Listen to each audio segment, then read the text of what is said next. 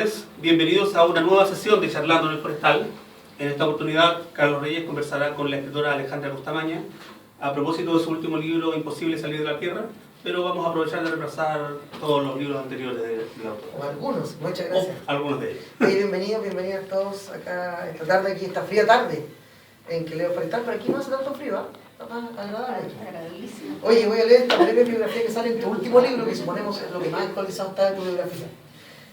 Dice, escritora y periodista, ha publicado las novelas En voz baja, Ciudadano en retiro, cansado ya del sol y Dile que no estoy. Esta última ganadora del premio del Círculo de Críticos de Arte 2007. Además, es autora de los libros de cuentos Malas noches, Últimos fuegos, Había una vez un pájaro y Animales domésticos, entre otros.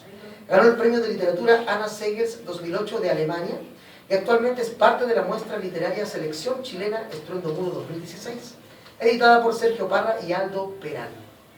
Oye, qué bueno tenerte acá. Yo siempre tuve ganas de que vinieran, pero como que no te había dicho, nos veíamos por ahí. Nunca cuajó hasta que ahora, por azares del destino, se logró. Gracias por invitarme a este living. Sí, pues el living de ahora, eso, el living del Forestal. Oye, voy a ir leyendo yo algunos fragmentos mientras hablamos y después tú, si quieres leer también, este que yo es uno de los que yo no he leído, Animales domésticos. La epidemia de Traiguén. La muchacha, dicen, es muy, pero muy loca. Se llama Victoria Melis y ha llegado a Japón como llegan los desaconsejados, los que andan un poco perdidos, siguiendo a un hombre. Él, Santiago Bueno, es oriundo de Traiguén y está en Kamakura por negocios.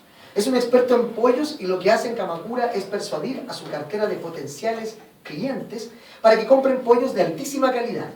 Pollos de exportación que no son alimentados con pescado ni inflados con hormonas y que tienen una muerte no digamos dulce, pero en ningún caso estresante. Hay una epidemia local, sin embargo, una epidemia que afecta solo a los pollos de Traiguén y que cada cierto tiempo amenaza las negociaciones de las empresas avícolas. Santiago Bueno, gerente de Pollos Traiguén Limitada, debe tomar las mayores precauciones acerca de este punto. Cuando los pollos son contagiados, se debilitan, enflaquecen, se ponen muy feos. Es como si de golpe se vieran afectados por una depresión crónica. Ese es el único síntoma. Y un día cualquiera caen muertos, ¿no? Así comienza Epidemia de Traiguén, que es el primer cuento de Imposible salir de la Tierra. Muchas gracias. Ahí nos tratan con Estea, les digo a todos que es Estea. Es otra cosa. Salud. De coca, pero sano. Alejandra, cuando uno lee tus cuentos, a mí me pasó como lector, yo siento que son cuentos muy poco predecibles, porque habitualmente algunas veces uno lee otros cuentos y dice, ah, va a pasar esto acontece luego, o se inscriben dentro de una cierta lógica. Cuando leí tus cuentos me parecía que no, que tomaban caminos extraños para mí, ¿no? Terminaban donde yo pensaba que podía comenzar una historia, o de pronto tomaban derroteros extraños, me sorprendieron siempre, siempre. ¿Eso es algo que buscas cuando escribes? ¿Piensas en eso o no? ¿Cómo funcionas tú? Bueno, yo pienso que todo lo que uno puede como reflexionar sobre lo que escribe, en realidad tiene como una contraparte con lo que uno lee. Entonces, me gusta pensarme más en esa imagen como lectora y en la búsqueda que como lectora me interesa o sigo de textos que tienen esa característica. O sea, como textos que en realidad no sean textos cerrados o textos predecibles o que tengan finales que en el fondo cierren una historia y no te dejen seguir como construyéndola o abriendo otras posibilidades. Entonces yo creo que inconscientemente debe haber algo al construir también en sus propios relatos que busca ese mecanismo. Sí, es como si apelara también a un lector, una lectora como audaz, ¿no? Como que no, tu cuento no todo está ahí, hay que descubrir capas debajo, ¿no? Es para el lector y la lectora un desafío, creo yo, en muchos casos. Sí, yo creo que más que la audacia es pensar en que los lectores también son parte de lo que se está... O sea, los lectores al participar desde la lectura están construyendo y están escribiendo también el texto. Entonces me parece cerrárselo, claro, a los lectores abiertos. Que me parece que cerrarlo en ese sentido es como... sí, quitar precisamente ese goce de lectura que tiene que ver con que el texto tenga otras avenidas, con que en el texto podamos entrar por distintos lados, con que nos pasen otras cosas y que a lo mejor podamos tener una interpretación que no necesariamente es la que... Claro, diría que muchos de los relatos algunos son muy multisignificativos, ¿no?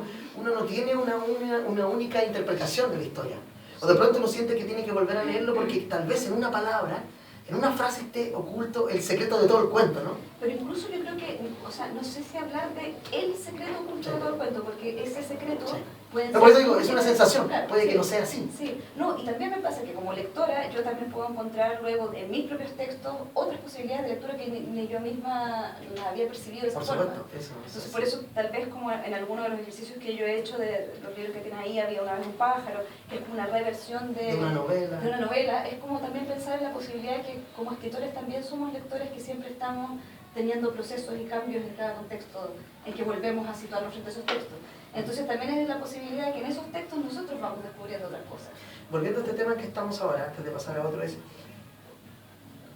gente como Cortázar y su adorado Edgar Allan Poe han dicho los cuentos deben ser así, han hecho una especie de así se debe escribir un cuento, ¿no? ¿Tú sientes que hay una lógica para escribir un cuento cuando lo haces? ¿Piensas en tienes alguna construcción personal de cómo encarar una escritura de un cuento? ¿O simplemente es lo que sea? ¿O tú revisas después de escribir, mira, yo creo que un cuento debe tener estas características, voy a tratar de que este cuento nuevo que hice vaya en esa dirección o no?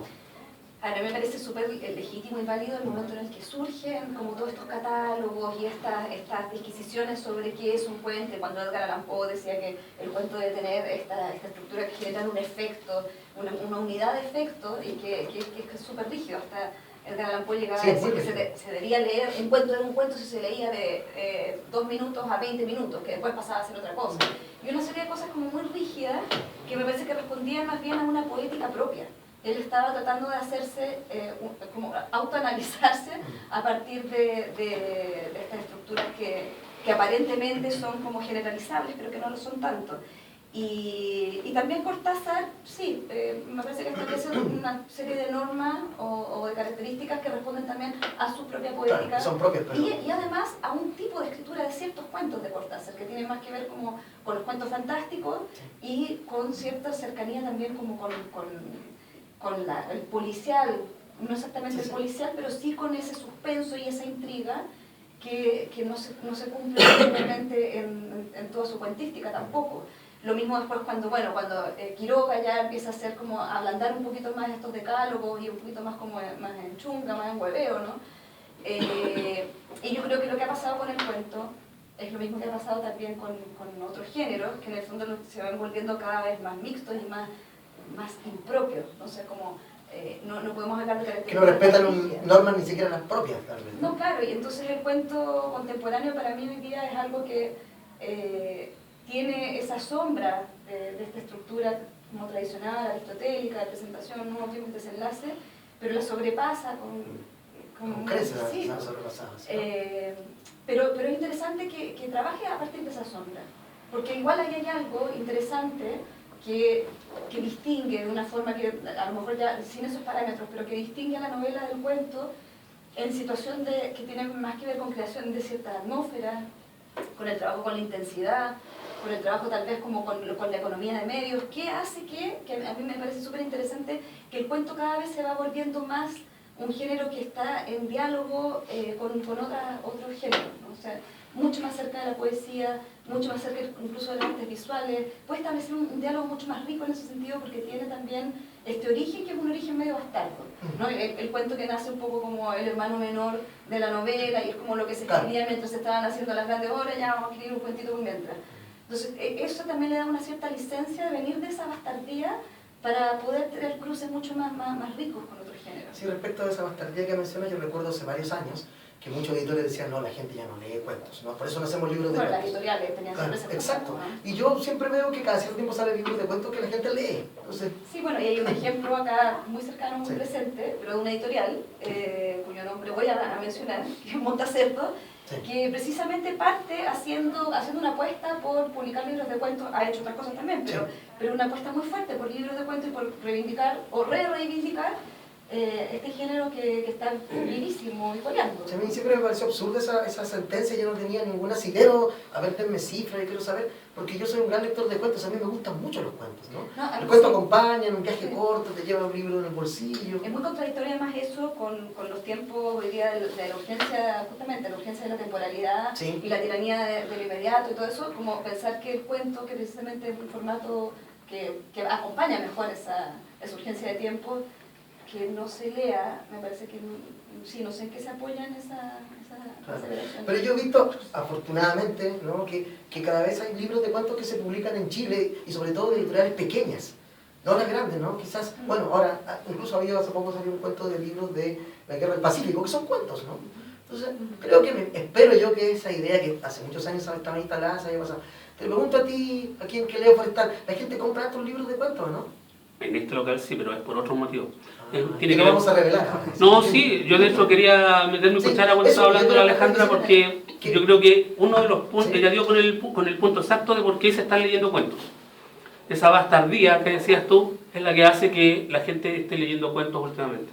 Hacía rato que no se vendían libros de cuentos, porque la gente pensaba que para leer un cuento había que ser muy inteligente, porque esa estructura tan rígida hacía que la gente no tuviera la idea de yo voy a participar de esta historia. En la novela tú no participas, te dan todo. En el cuento tú participas.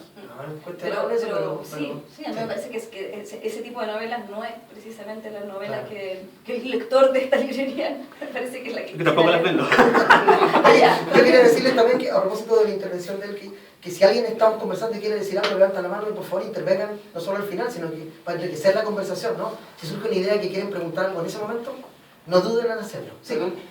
Pero surge más bien como una subestimación de las editoriales grandes en no hacer cuentos, pensando en que a lo mejor le van a gustar este tipo de gente, y a lo mejor ese tipo de gente sí está en hambre de un relato más corto. No, por cifras es así, se compraba mucho menos cuentos. Mira. ¿Sí? Sí.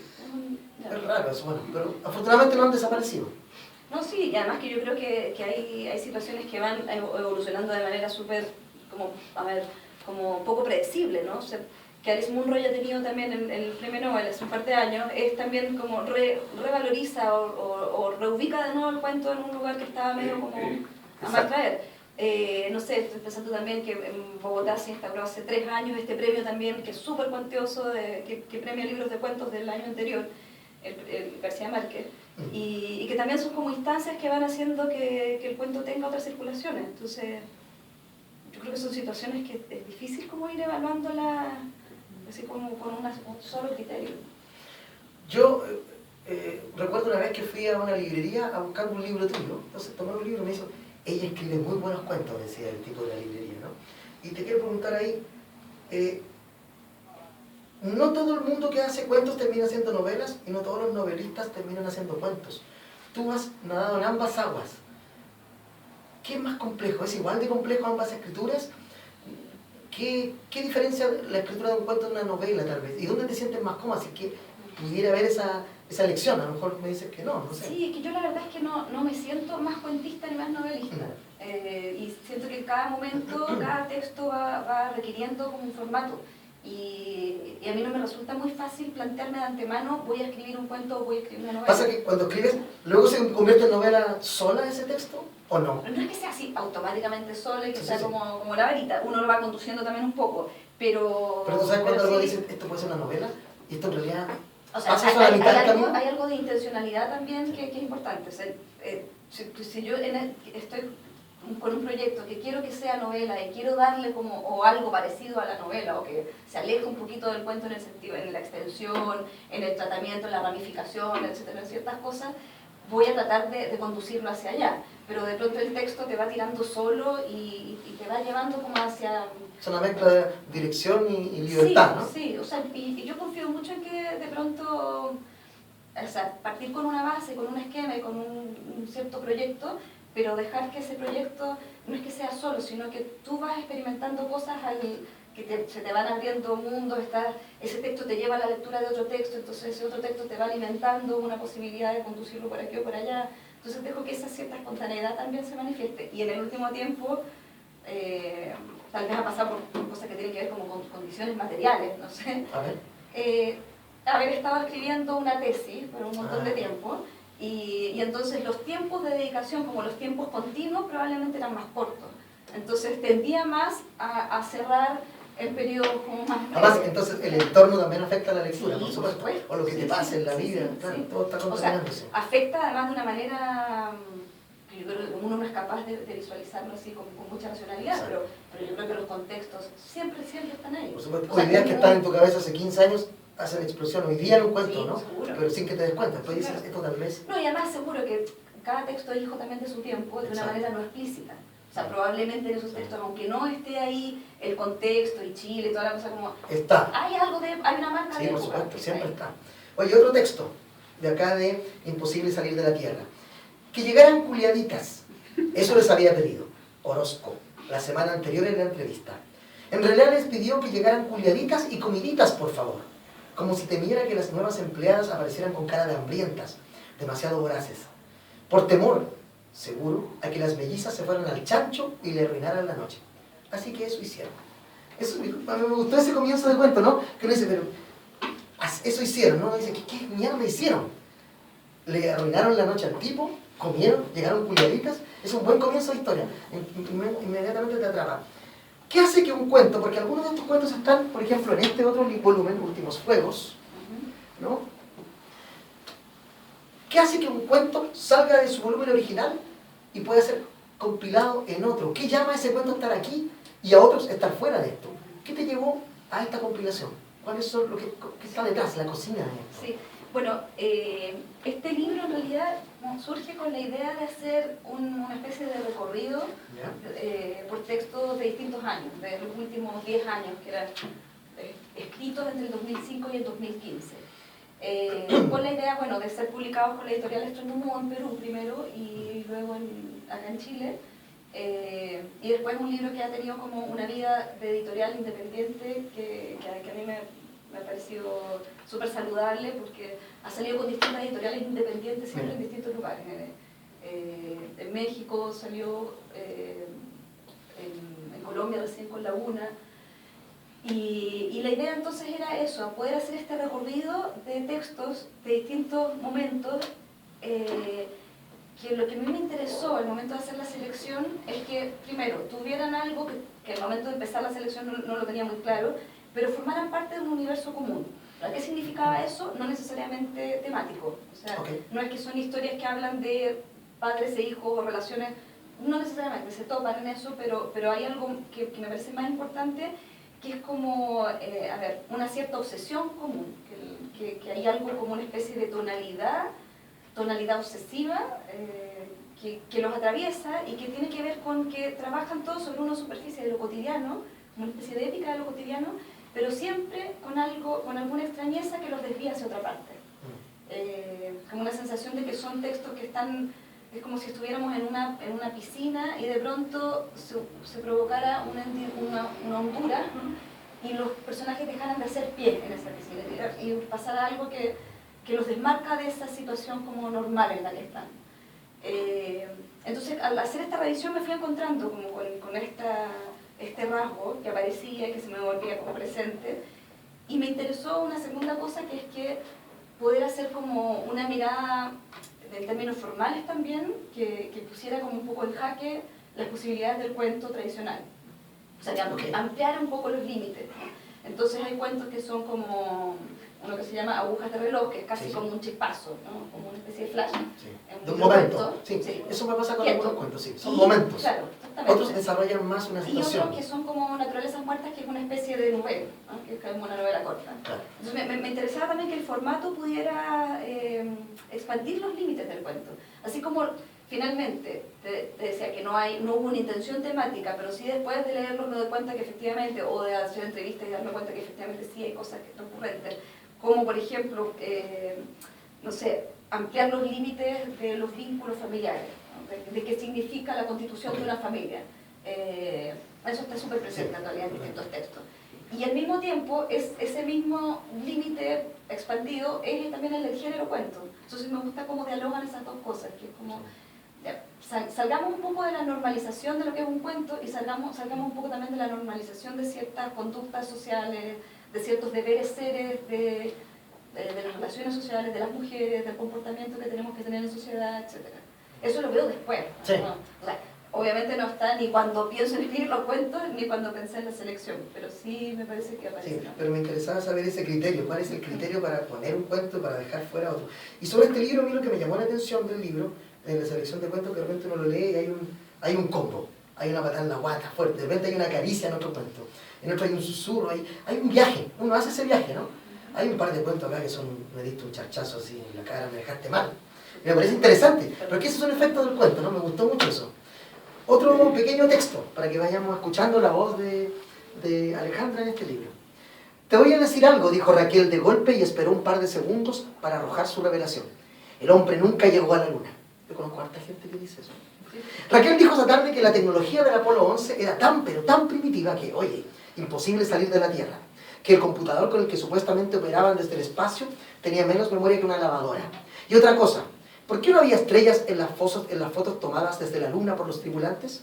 Se supone, dijo Raquel, que decían los expertos, que el cielo de allá arriba era cristalino como el agua, sin atmósfera, sin nubes.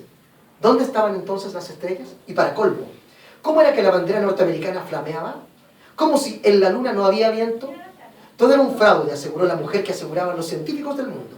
Una conspiración. El hombre no ha salido jamás de la Tierra, remató Raquel. ¿Te das cuenta? Julieta no supo responder.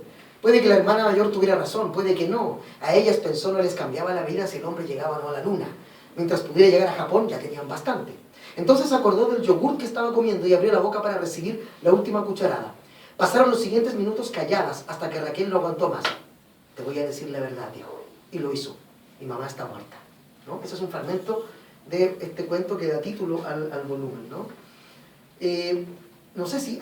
recuerdo, si tienen preguntas, por favor, vayan ahí colaborando con nosotros, nos van haciendo preguntas. Oye, me llamó la atención aquí una cosa. Champaña, en este libro, y en este otro libro, ¿no? Se llama de otra manera, Agujas de reloj. Y lo leí ambos, y la diferencia es una palabra o dos o tres palabras en cada uno de esos cuentos. ¿Por qué? ¿Por qué revisar un cuento después de tantos años? Cambiarlo. Yo recuerdo que Maupassant, El Horna, que es uno de mis cuentos favoritos de Maupassant, hay al menos 3 versiones muy diferentes unas de otras.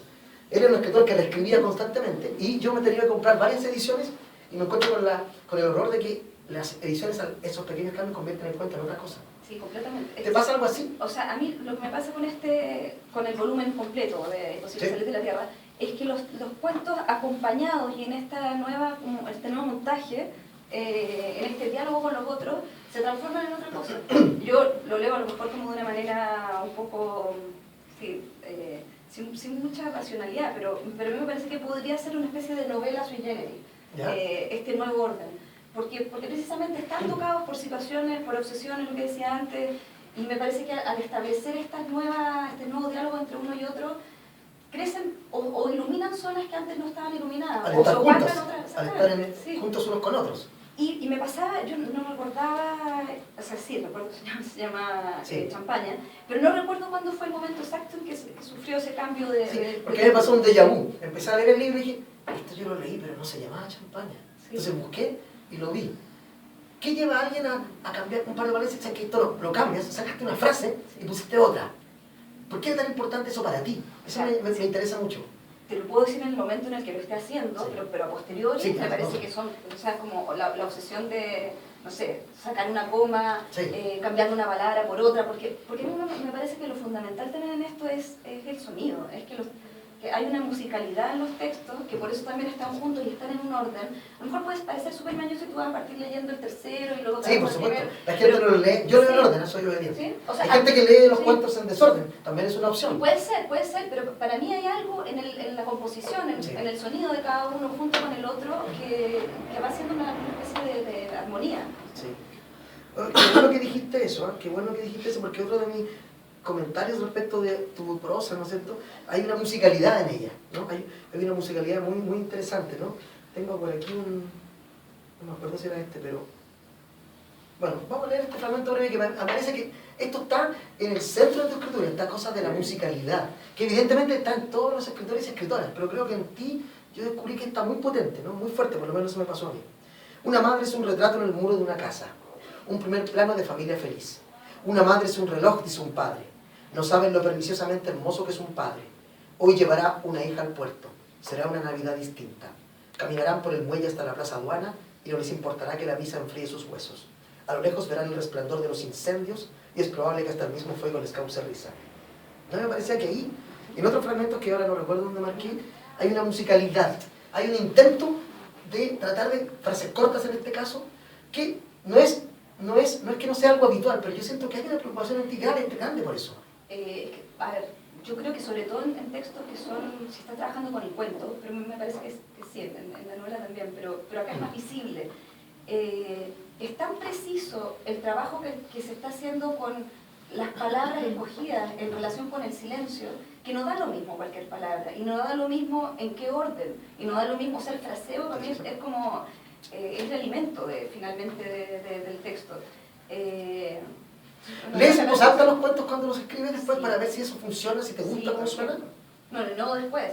En el rato que lo estás escribiendo, sí, eso estoy diciendo. Mientras escribes, ¿vas leyendo en voz alta? Sí. ¿Te grabas, por ejemplo? Hay gente que se graba para escucharse. No me grabo, pero sí, pero me parece súper importante porque es ritmo, finalmente. Sí, o le pides a otra persona que lo lea por ti para escucharlo también. No, me parece que el sonido es el sonido que está en mi cabeza. Que está en tu cabeza. ¿Cómo tratar de alcanzar ese sonido que está en la cabeza o esas imágenes que están, llevarlas a las palabras y tratar de acercar la palabra, que es una cosa que es imposible, de traducir esa imagen o ese sonido, pero tratar de hacer ese ejercicio lo más cercano posible a lo que está pasando en tu cabeza. ¿Y hay cuentos que tienen musicalidades distintas para ti? Como que este tiene una, por decirlo, una partitura y este otro tiene otra. Bueno, claro, son ritmos distintos, o sea, tiene que ver con la puntuación, muchas veces con el uso del silencio, con como la construcción de frases largas o frases cortas, entonces me parece que sí, que todo eso haciendo ritmos distintos. Te decía esto porque yo, antes de hablar contigo, yo pensaba que tal vez esa idea de la musicalidad era la que te llevaba a corregir el otro cuento, tal vez que te sentías que esa frase no tiene que ser más corta, más larga, ¿no? Tiene que terminar de esta manera, ¿no? Bueno, ahí hay algo, puede ser, porque tú lo decías en relación con la versión corregida del champán. Que casi no tiene nada, o sea, Sí. tiene una Tiene un obra par de larga, cositas, sí. pero sí es justamente el ejercicio de haber como reescrito la novela en voz baja y transformado en otro texto que había una vez un pájaro, y que tiene que ver ahí fundamentalmente con la respiración, porque la respiración original de ese primer texto era otra, no es ni mejor ni peor, es otra que la que yo experimento después cuando lo leo y digo, no, aquí no, la historia me parece ok, las acciones, lo que está pasando, pero hay algo de la orden de la música que está ahí que yo le pondría otra banda sonora. Y la banda sonora es como lo escribe. A mí, un guionista francés que se llama Pierre Cristal me decía que él, para escribir, tenía que irse a su casa en la montaña, descolgar el teléfono, desaparecer de todo el mundo y poner un poco de jazz para escribir. Y ahí escribía a razón de 5 o 6 páginas diarias, porque después de eso ya hacía pura mierda y no podía seguir escribiendo. ¿Escuchas mucha música cuando escribes? Antes escuchaba mucho más, ahora ¿Sí? no, y ahora me... ¿Era consciente, esperabas que la música te ayudara a hacer ciertos tonos, cierta atmósfera? Yo ¿O creo no? que había cualquier algo cosa. como... No, sí, había cierta música y probablemente podía escuchar 80 veces la misma canción, porque con esa canción ya me pasaba algo como que me conectaba. Pero ahora me parece mucho más viable trabajar con sonidos bastardos, o sea, con el ruido de la calle, con el ruido que está pasando afuera mientras estoy escribiendo y poder escribir en la micro, y poder escribir en distintas partes. ¿Y se cuela una conversación o un sonido en el cuento mismo? Sí, por supuesto. Algo que está pasando en ese mismo proceso, sí. O sea, igual, busco instantes de concentración, Sí, pero esa por supuesto. concentración es mucho menos rigurosa que la concentración que a lo mejor podía tener, o Antes. buscar al principio. Sí. Aquí, y acá, bueno, aquí había una vez un pájaro de cuneta. Saquen su ejemplar ustedes que trajeron ahí. Dice así, aquí me llamó la atención este texto tuyo que tiene que ver con lo que estamos hablando. Dice, fue Juana Inés Casas quien me hizo ver a fines de 2012 el parentesco entre el cuento Nadie nunca se acostumbra, del libro Animales Domésticos, que está acá, ¿no? Mostrémoslo para que la gente los vea. Este es el que tienen que comprar, ¿no? Del libro Animales Domésticos y la novela En voz baja. Sin haber vuelto a leerla desde su publicación, le dije entonces a Juana Inés que para mí esa novela era un pariente lejano, y que a los parientes lejanos se les podía visitar como no, pero siempre sentiríamos la incomodidad de no compartir códigos, de no hablar el mismo idioma. Eso fue exactamente lo que ocurrió en febrero de 2013, cuando Galo Gigliotto, editor de Cuneta, me propuso reeditar En voz baja con Editorial Cuneta. Más que un pariente lejano, al volver a leerla me pareció una completa desconocida. No era un asunto de sintaxis, ni de rearticulación de párrafos, ni de tiempos verbales. No solamente. Mi mayor distancia era con el tono. Yo ya no me escuchaba ahí, en esa voz baja que no me parecía nada de baja, por lo demás. En vez de silencio ahora escuchaba ruidos, sobreexplicaciones, personajes maquetas y un lenguaje altisonante, ¿no? Seguramente la lectora que escribió esa novela hace casi 2 décadas tenía conexión con esa voz y la sentía muy propia. Pero ocurre que nunca volvemos a leer un libro del mismo modo en que lo leímos por primera vez, ¿no? ¿no? Es como no... Bueno, sí, pues justo lo que decía. Exacto, por eso lo cité. Sí. Que tú leíste un libro que te fue bastante más ajeno en términos de tu voz que otros. Pero además es como un poco pensar en eso, en como la apuesta porque los libros no son válidos o no válidos porque los temas tengan que ver o hablen de una contingencia. El tema sigue siendo el mismo, que en el fondo el tema que está ahí de fondo es una mirada hacia la dictadura desde un lugar de intimidad, y que me parece absolutamente válido y tal vez va a seguir siendo... Oye, lo hiciste antes de que ahora está más de moda todo eso, ¿no? Mirar la dictadura desde la intimidad, que tú lo hiciste hace rato. Bueno, Son sí, cosas que pasan, sí, ¿no? Digo que- sí, o sea, probablemente era... Claro, era Es lo que te pasaba en ese momento. Sí, Era tu intuición ahí. sí. Oye, y lo interesante es que aquí lo reescribes y dices, hablas acá de que aquí es una versión condensada de la novela. Dice el propio Galo en la primera página, ¿no? Dice, el cuento nunca se acostumbra, fue publicado originalmente en el libro Animales Domésticos, 2011, Agujas de reloj circuló el volumen Últimos Fuegos, y había una vez en Pájaro, corresponde a una reedición condensada de la novela en voz baja. Pero no es solo una edición condensada, yo no leí la edición de LOM antigua, sino que me imagino que hay una reestructuración, cambiaste cosas, muchas Sí, más, no. más que una condensación meramente. No, totalmente, es otro libro y por eso también tiene otro título. Bueno, pero ahí es interesante una vez este ejercicio nuevo de leerte de nuevo y corregir y llegar a cambiar mucho. Sí, es que a mí lo que me gusta es la idea que hay Me de gusta fondo. esa idea, ¿no? La idea que hay de fondo para mí es que los textos siempre son borradores y probablemente va a seguir siendo un borrador a la eternidad. Yo no digo que esta sea la mejor ni, Sí, ni la última, sí. sino que es la versión que en este momento, mi acercamiento a esa historia, que en este momento me hace sentido, que en este momento como lectora me hace sentido y corresponde a mi respiración de hoy. O sea, como ese es el punto. Y entonces en ese ejercicio se condensa el tiempo, se condensa el espacio, el texto que en la novela original tenía ramificaciones, fragmentaciones de tiempo, etc. Acá ocurre en el presente, está narrado desde un presente siempre, limitado a la relación de un padre y una hija, entonces desaparecen los personajes secundarios. Ocurría un tránsito hacia México y ahora ese tránsito es a Argentina, porque me parece que también acerco geográficamente la cosa. Entonces básicamente es como es un ejercicio de condensación. Sí, mucho con Argentina acá también, ahí aparecen otros países en esta lectura, ¿no? Que tú haces acá. Oye, otro pequeño texto, dice así. Yo siempre hago una selección de textos, después me pasa como auditivo, yo, ¿por qué seleccioné este texto? No recuerdo. ¿Con quién estuviste? Se atreve a lanzar. Me da no sé qué contarte, responde la cachorra, y saca una risita débil. Cuéntame, cuéntame. La incita la maestra con una voz que no es suya. No me acuerdo de todo, se vuelve a reír la niña. Pero al rato se acuerda. Su voz es una guillotina escondida en su garganta. Pucha, dice la niña cuando termina el relato de su jornada con la instructora de natación. ¿Te enojaste? Y la mujer responde, ¿cómo se te ocurre? Pero al minuto se le ocurre. Esta es la última clase, Lucy. ¿Me estás echando? Pregunta la cachorra. Estoy diciendo lo que estoy diciendo, gruñe la otra. Después viene un diálogo equívoco. ¿Te vas a llevar el cojín? Pregunta. No. ¿Cómo te lo voy a quitar? Pero si es tuyo, insiste la mujer. Quiere decir, pendeja culiá, pero dice, es tuyo el cojín. No fue nada precioso, suspira la niña. Aquí hay otro ejemplo de eso que yo decía, que me parecía, ahora lo encontré, esa idea de la musicalidad de la que hablábamos antes. Yo siento que está ahí fuerte, ¿no? Bueno, y también yo creo que ahí tiene que ver con tratar de acercar la lengua escrita a la lengua oral. O sea, como producir esa... Me parece que siempre, el lenguaje siempre va a ser impostación. Sí. Creo que nunca vamos a reproducir, ni es mi intención tampoco reproducir literalmente el lenguaje como calcar la realidad. Sí, sí. Pero sí es producir a partir de eso, a partir de ese oído, finalmente, de ese sonido, algo que lo vuelva no solemne. O sea, algo que haga la Desolemnizar el texto. Un poco. Sí, o grandilocuenzar, no sé si cómo se puede decirlo, decir. sí. Quitarle O sea, grandilocuente. huir de esa cosa grandilocuente en situaciones que además tengan relación con, estamos hablando de relaciones humanas cotidianas. Sí, pero yo siento que tu historia ya quita lo grandilocuente porque no son grandilocuentes, son pequeños momentos, incluso lo que hablábamos hace un rato parecían momentos, instantes de la vida de alguien, ¿no? Como está el muchacho que la pareja le dice que vaya a apagar el gas, a ver si ese es un cuento muy pequeño también en términos de la historia, de la anécdota que está contando, pero tiene otra función, ¿no? Sí, claro, sí. Claro. Sí, no, y estaba pensando algo lo que decías también del lenguaje, que en el fondo es como que cada palabra o cada término corresponde también a un momento, o sea, no es lo mismo. Estaba pensando en una anécdota que contaba Silvia Moro la otra vez, cuando le habían publicado un libro de ella en España, ¿Ya? un libro que había circulado más en Argentina y eso.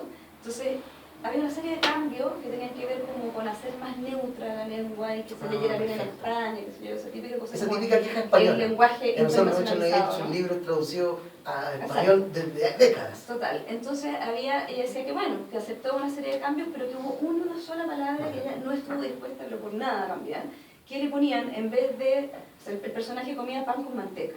Entonces el editor le pone una nota al lado y le dice, manteca comen los cerdos, esto es mantequilla. Y dijo, no, sorry, pero en Argentina no Sí, pan con manteca. sí, sí. Y a mí me parece que sí, que ese es un poco el asunto, es como, no da lo mismo No. una palabra por otra, Exacto. ¿no? O sea, las palabras significan, contextualizan, Significan lo que dan significan. atmósfera, no sé, Sí. hay algo que localizan, ¿no? Claro. Y bueno, y a veces la palabra cotidiana estuvo muchos años desaparecida en la literatura chilena, ¿no? O espacios que no estaban habitados, como por ejemplo ahora he leído varios libros que aparece el mundo, por ejemplo, de las religiones que no son católicas, por ejemplo. Los evangélicos que no estaban apareciendo en la literatura chilena y que últimamente sí están apareciendo en muchas novelas y cuentos que me parecen interesantes, ¿no? Hay otro cuento acá, en Mi imposible salir de la tierra, que es Cuadrar las cosas, que me recordó un poco a ese Eras una vez un hombre de una nariz pegado de Gogol, ¿no? Porque veamos brevemente lo que dice. La mujer de la casa circular, ¿ya? No quiere construir un hijo, ¿no? Uno dice, ¿cómo circular? No quiere construir, ¿qué es esto? Dice la mujer que a ella no le hacen falta brotes ni florestas, ni nada que despunte de ninguna semilla. Nadie se explica entonces por qué una mañana termina renunciando a todo, a la hora de las 11, a coleccionar boletos de micro para una silla de ruedas que alguien puede necesitar, a plegar en origami las bolsitas de la verdura del ruso, a su adorado silencio mientras contempla la comida en llamas, su único afán sustantivo en realidad, y decide construir un hijo. No es una operación normal, la mujer se saca la cabeza y extrae de su interior sesudo aquel bebé que le atrapa las ideas, ¿no? Es un cuento que escapa un poco al otro, es el más, digamos, en tono fantástico, si se quiere, o surrealista. Bueno, tiene que ver con lo que decía antes, al empezar a hacer la selección, también me fui dando cuenta que estaban como estos distintos registros. Y me interesaba que quedaran también un cuento que puede ser más realista como el último, que tampoco, ninguno es 100% realista, Exacto. la verdad. Pero este que es más evidentemente pelatable, o Sí. situado en otra realidad. En otra realidad, en otro mundo. Entonces, es también una sorpresa, ¿no? Cuando uno va leyendo los otros cuentos y se encuentra con este, es como, qué extraño, dice, pero también es un placer poder leerlo eso. Oye, no sé, yo quiero abrir ya la conversación al público. Si alguien que ha leído a Alejandra quiere hacer alguna consulta o una pregunta más abierta, por favor, es el momento de hacerlo callar para siempre. ¿No? ¿No? Sí. No para siempre. No para siempre, sí. Pueden hacerlo después, todavía vayan pensando. Bueno, Cuadrar las cosas era este, ¿no? El cuento que me parecía muy diferente a los otros, en ese sentido, claro, y que representa de alguna manera otro hablar, otro universo. Oye, el último cuento, Naturalezas Muertas, es muy interesante. Y este también está en otro Bueno, libro. este cuento fue publicado solo como cuento largo, pequeña novela, por Cuneta también, Sí. como Naturalezas Muertas, así tal cual. Exacto. Pero es un libro que no está encontrable. No, pero aquí ya lo pueden encontrar de nuevo, ¿no? Dice así, en este cuento lo que me pasa, que yo creo que se exalta aún más algo que tú haces en todos los demás, pero aquí es mucho más evidente aún, es tu interés por la psicología del personaje, por estar dentro de su mente. Uno siente que está dentro de la mente de este personaje, de este hombre, ¿no? De este hombre que se enfrenta a sí mismo, en realidad, más que a la realidad, se enfrenta a sí mismo. Dice así, Canosa sale del mercado y se aplica otra vez en el silbido. La melodía ya es cualquier cosa, un sonido apelotonado que alguna vez pudo ser canción. Toma una calle lateral y se deja andar por los laberintos del pueblo, tratando de seguir el ritmo propio. Camina por la vereda sin pisar las líneas divisorias entre un pastelón y otro. A medida que se acerca al río, el humo aumenta su densidad. Es cada vez más corpulento, pero él no repara en el olor a quemado, ni en el canto agónico de las cigarras calcinadas en los últimos incendios matinales. Tampoco se da cuenta esa mañana de los cambios atmosféricos. Abruptamente unas nubes gordas taponean el cielo y a los pocos minutos, como en un eclipse minúsculo, vuelve la luz entre la humareda. Canosa sigue con el silbido hasta que en una de las secuencias de oscuridad ve su propia sombra agigantada y se desconcentra. De un minuto a otro se desconoce completamente. Es como si fuera un doble de Martín Canosa, circulando esta mañana por una locación llamada Retiro, junto al brazo de un río llamado Paraná. Podía escuchar su respiración, pensar sus pensamientos, observarse desde afuera. desde otra galaxia. Su conciencia figura a kilómetros de su materia corporal, por así decirlo, y de golpe teme perderla para siempre. Al hombre se le ocurre que este pánico nuevo puede relacionarse con la suspensión de los medicamentos. Desde que está en retiro, ha abandonado todos los fármacos. Hasta ahora creyó que su ánimo estaría a salvo acá, junto a Alia, lejos de la rutina de los oficinistas, colgados al teléfono el día completo. Pero no.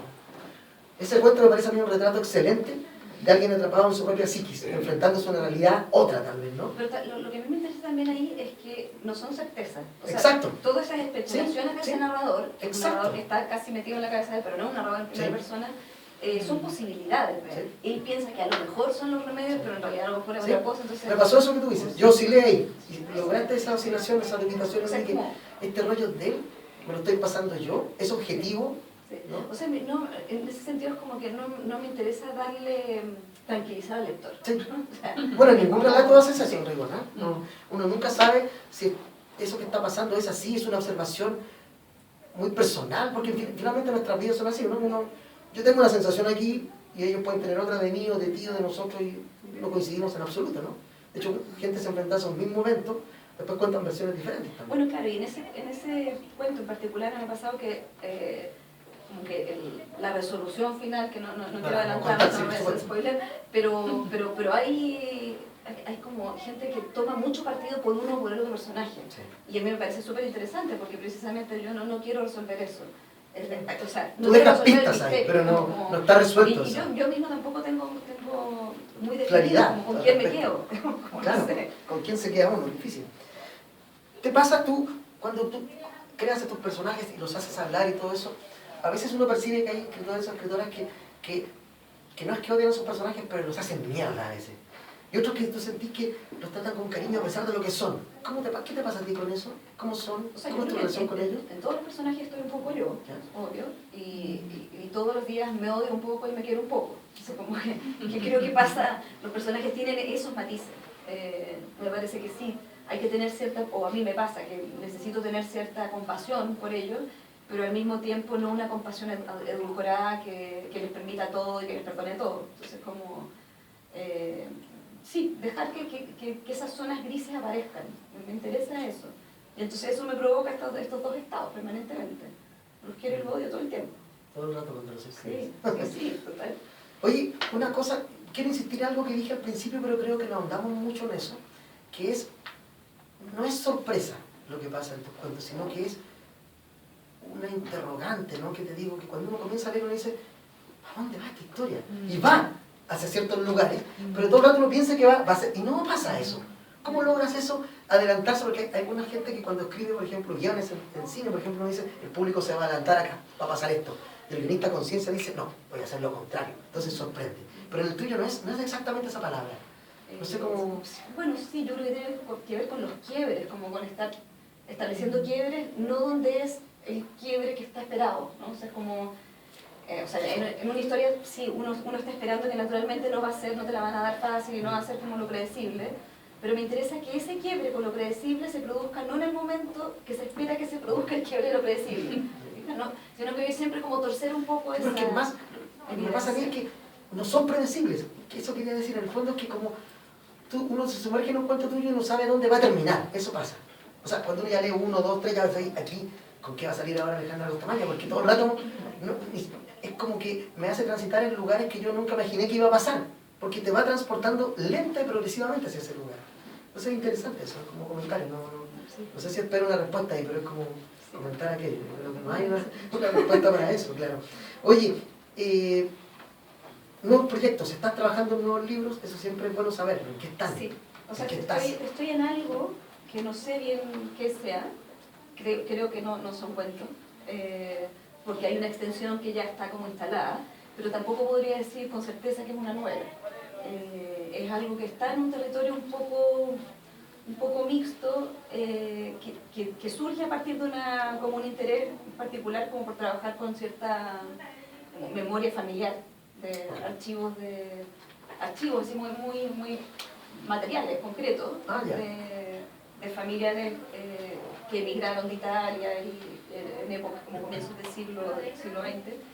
Y a partir de ese material ha habido como una instalación del presente que me está desordenando todo. O sea, es como quería ir hacia atrás y al pasado a trabajar con este material, pero de pronto el presente rompe, y me lo está llevando hacia otras zonas, que son zonas más donde lo ficticio se impone y empieza como a... O sea, está cambiando el proyecto. Claro, Empezó de una manera y está en otra el fase. presente, y en ese sentido la ficción que viene con el presente empieza a dialogar y a mezclarse con este pasado que era documental, ¿no? Entonces ahí es interesante como hay un cruce de tiempo y un cruce también de género o de registro, no sé. Esta es una pregunta que yo no sé si has hecho esto, no, por eso lo pregunto desde mi ignorancia. ¿No has incursionado alguna vez en audiovisual, en guiones de series o de documentales, o en teatro o otras áreas? En teatro sí, un poco. Que me pareció que podía haber Sí. una fuerza ahí. Es que en teatro yo sí, tengo como esa doble... Militancia. Sí, violencia permanente, porque ¿Qué cosas voy mucho hiciste? de teatro, porque escribo de teatro, y cuando he querido escribir no de teatro, sino teatro ¿Sí? directamente, se me va hacia otro lado, hacia intentas, otro pero lado. no lo he logrado. Y lo he hecho un par de veces, y se han escenificado esos textos, pero sí, siempre empieza, y ahí sí yo creo que operan registros distintos. O sea, A ver, ¿cómo eso? en el teatro tienes que, precisamente porque el texto no está ahí delante, y es la escena la que está llevando, o sea, la fuerza la pone la escena. No sé, porque por decirte algo, tú no puedes decir lo que está pensando el personaje tienes que verlo, ¿no? que eso se esté materializando en acción. Entonces hay otra lógica que se escribe desde otro lugar, que me parece súper interesante, pero que me parece también muy interesante como espectadora verlo. Y Sí, el teatro no es no sé fácil si de quiero explicar. meterme del todo, porque Sí. eso como que no sé, me limita un poco para observarlo y para hacer comentarios y críticas. Es otro y eso. lenguaje, Sí, sí. finalmente. Oye, yo tengo mi última pregunta, si que alguien tiene la próxima, o si no, terminaríamos acá, pero mi última pregunta tiene que ver con, hace poco apareció una serie de escritores chilenos escogidos, ¿no es cierto?, latinoamericanamente, y tú hiciste una observación muy interesante en internet de que, pero una observación, ¿no?, de que no había mujeres, que me hiciste notar algo que era evidente en el fondo. ¿Qué pasa ahí? ¿Por qué crees tú? Son gente que nosotros queremos mucho, me imagino, escritores notables ahí, pero hay una ausencia total de mujeres en eso y que no había animadversión hacia ninguno de Sí, esos autores. tal cual. Bueno, no hay mujeres en Chile, ni en Colombia, No ni hay, en mira Cuba, qué extraño. ni en Cuba. Y en Colombia, que es el país anfitrión. O sea, que me parece como un sinsentido. ¿Qué representatividad están queriendo mostrar con eso? Entonces me parece que claro, es cierto que no se pueden forzar las cosas, y a lo mejor el criterio fue... No desconozco el criterio con el que eligieron, pero sí conozco por lo menos 2 o 3 autoras colombianas que... Podrían Margarita estar ahí García perfectamente. Rogallo, por ejemplo, me parece como inconcebible que no esté. Y en Chile, ¿para qué decir? O sea, en Chile te podría mencionar 10 escritoras que ya están ahí. No más que uno tiene la sensación, que esto tampoco no tengo ninguna cifra, de que la gente está leyendo harta escritura chilena de hombres y mujeres hoy en día, más que hace 20 años atrás, creo. Sí, Es ahora, la sensación también, que tengo. pero también hay que pensar que esto es, como tampoco darle tanta importancia, Sí, esto sí, sí, es sí. una selección y se Sí, hace, sí, sí. o sea, Sí. por No eso sé, en eso entendí que no es tuviera una cultural. queja, sino que era simplemente una observación. Oye, pero qué raro que no Pero hay... y Claro. una observación en función de que esto es algo permanente, ¿no? Como este ninguneo, que es el ninguneo de nombrar. Ya, solamente el hecho de nombrar, si no importa lo que va a pasar después, a lo mejor no pase nada con esa selección, pero nombrarlo establece, le da un estatuto de presencia. Es Y eso me parece una grave. ninguneo, la invisibilización. Exacto, sí. ¿Tú querías decir algo? ¿No? No, chao. Estabas pensando en esto mismo, sí. Sí. Oye, bueno, sí, porque hay gente acá, hay mucha gente, ¿no? Muchas mujeres notables que Y de hecho, ya ha habido sí, también también en el ya que pasado, hablábamos de teatro antes, y esto lo hablaba con Diego Zúñiga antes, que está aquí con nosotros.